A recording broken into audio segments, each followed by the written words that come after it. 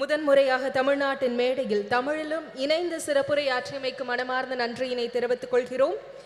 ஜனநாயக பற்றாளரும் ஜம்மு காஷ்மீர் மக்களின் பாதுகாப்பிற்காக அயராத பணியாற்றி வரும் முன்னாள் முதலமைச்சரும் மக்கள் ஜனநாயக கட்சியின் தலைவருமான திருமிகு மெஹபூபா முஃப்தி அவர்களை சிறப்புரையாற்ற அன்புடன் அழைக்கிறோம். It is great pleasure to extend a warm invitation to திருமிகு Mehbooba Mufti to deliver her special address.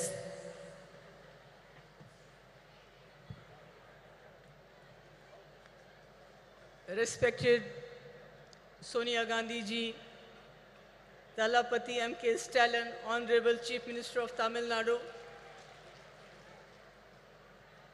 Kanamozi Karunanidhi ji, Priyanka Gandhi ji, Supriya Sole ji, Dimple Yadav ji, Subhasni Ali ji, Annie Raja ji, Miss Lesh Singh ji, Miss Rakhi Bidlan ji, and Miss Sushmita Dev ji, and all my brothers and sisters. I don't know whether I should call Akka and Anna. Is that right?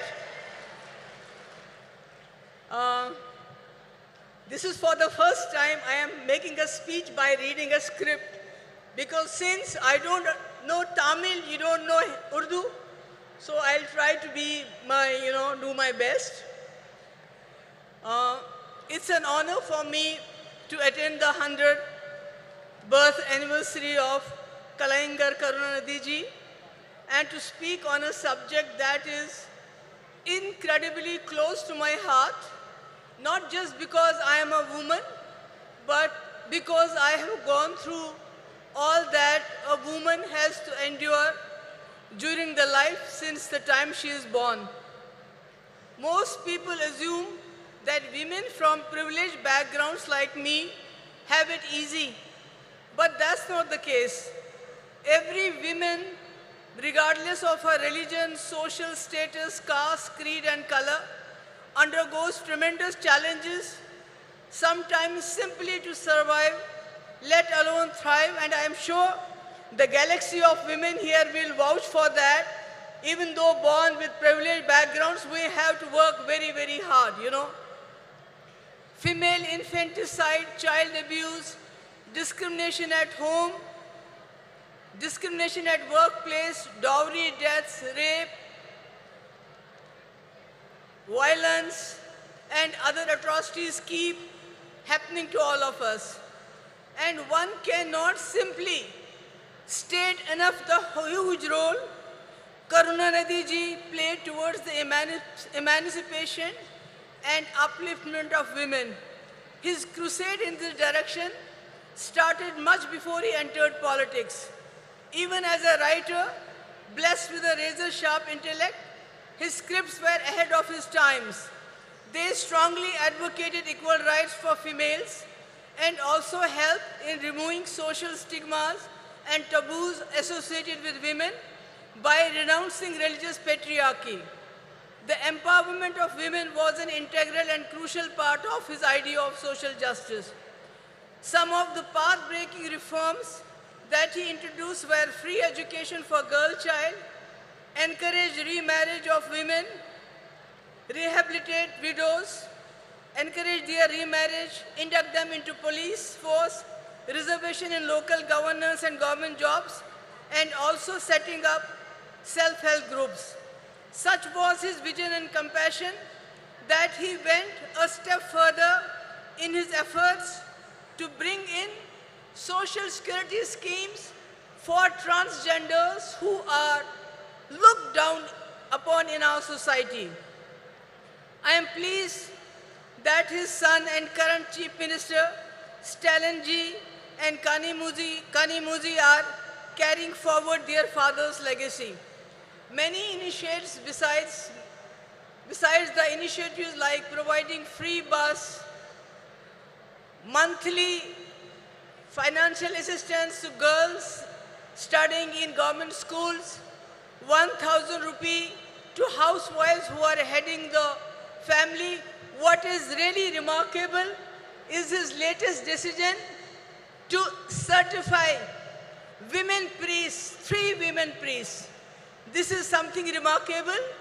It is happening at a time when women are not allowed to enter religious places, whether they are Hindus or Muslims or whatever.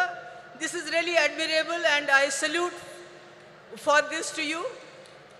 And as far as I am concerned, I was chief minister just for 3 years, and I tried to bring in certain schemes for the girls. One was providing exclusive buses to the women, not free, but exclusive. But women had a sigh of relief, because I know, and these women know, what we have to go through when we travel by public transport. I think we all know what happens to us. So the women were relieved. Then I introduced a scooty, 50% subsidy to meritorious girls, college-going girls coming from very poor backgrounds. And today when I see the young ladies on the scooty going with their fathers sitting behind them, their brothers sitting behind them, I mean, it brings a smile, which is a very difficult thing in Jammu and Kashmir. After 2019, when everything was snatched from us, what this great country had given us, what the Indian Constitution had given us, the people of J&K have stopped smiling, except when Rahul ji came with his brigade, this Bharat Jodo Yatra. I saw the smile on the faces of Kashmiris, from the faces of Jammu people after a long time. And then one more thing which I did during my tenure was to waive off stamp duty on the land that was purchased in the name of women. Can you imagine how many people started purchasing land in the name of their wives, their daughters, their sisters, instead of their sons? It was something, that 95% of the land was purchased in the name of women. But after I was gone, all these schemes were overturned and nothing is left today. Today when I am talking, making a speech at this point of time, there are conflicts going around the world. There are wars going in many parts of the world, like Palestine, Israel, Ukraine, Russia, and not to forget what is happening in our backyard, Manipur. And women are the worst sufferers when these wars take place, because not only do they suffer during these conflicts, they are left to pick up the pieces afterwards. So, when I look at our country today, I feel the women in our country are not in a good place. They are suffering because the government and the center, the economy is going down, the inflation is going up, unemployment is going up, everything is breaking the backbone of the housewife who has to make the two ends meet. She has to provide for the family. And to add to all this, the government at the center, which has failed to fulfill the promises they had made. During UPA, there was 450 rupees for cylinder. Now it is 1200 rupees. Petrol has gone 100 rupees above. Who is suffering the most? The housewife. And to add to all of this, the present government, the Modi government, is trying to divert the attention from all these problems by their sinister design of injecting hatred, venom into the society through the youngsters of the poorest of poor. These poor boys are encouraged. They are provoked to lynch the people of other communities. They are garlanded. The people, the sons, the daughters of the ruling party are studying good education in and abroad. They are having good jobs, lucrative jobs. They are getting good contracts.